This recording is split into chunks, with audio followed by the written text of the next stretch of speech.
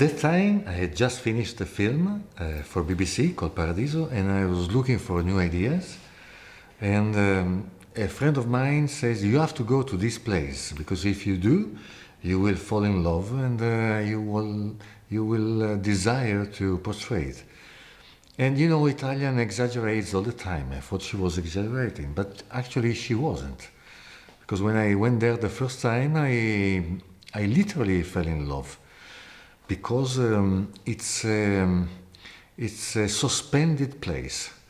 Suspended between many things. It's suspended on the edge of the mountain. It's suspended on the edge of a dam. And it's suspended between memory and the desire of a new possible happiness. And so I said, yes, I want to make a film about these people.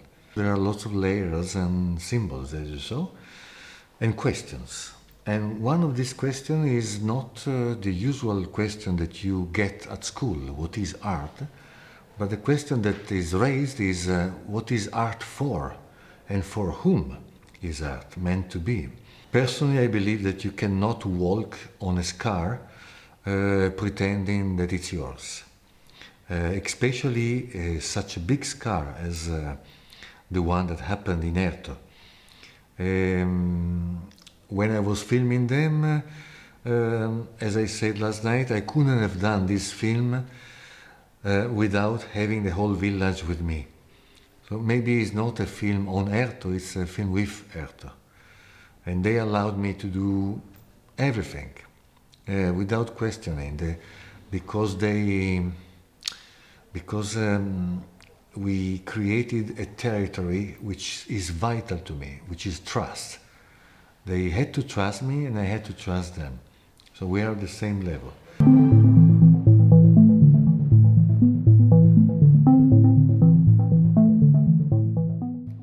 The film is constructed as mirrors. For instance, the nature for them is a mirror. It's not a god above them.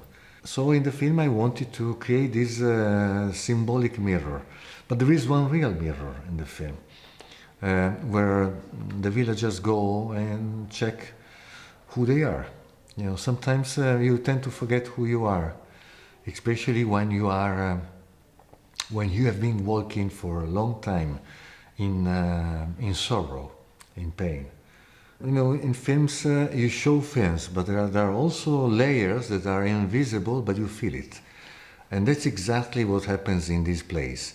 And I wanted to portray it. I wanted to portray this suspension between concreteness and this sense of a dream, which is very ancient. And that's why I wanted to create these dreamy scenes. And I was really lucky, because I don't like to create these scenes in the post-production with special effects. I do it on set all the time.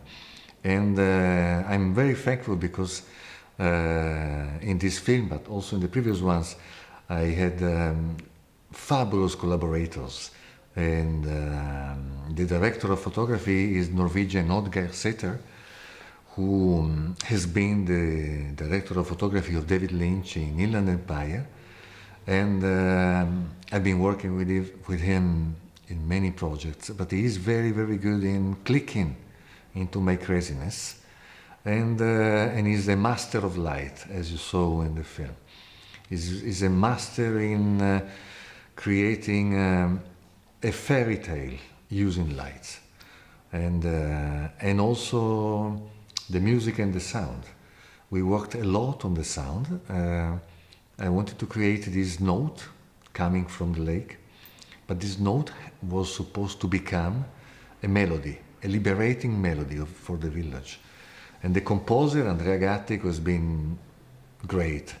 He created this note with a glass and a finger, which sounds also like a howling to the moon, like a wolf. But then it becomes a melody. The Moon Beneath the Water had fabulous collaborator, capable to see what I wanted to create, this world suspended between reality and dreams.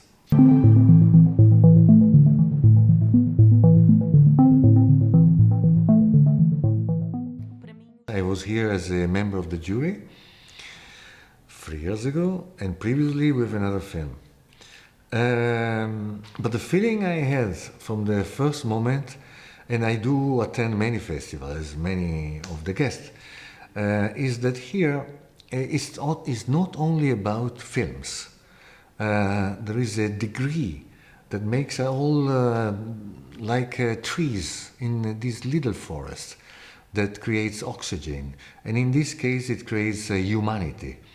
And in this wounded time in which we are, it's the most vital element that we do need, humanity. And I immediately felt that when I came the first time. Even when you meet other directors, we seldomly talk about our films. We don't pitch films, we pitch our lives. And I thought that was wonderful. And so I'm very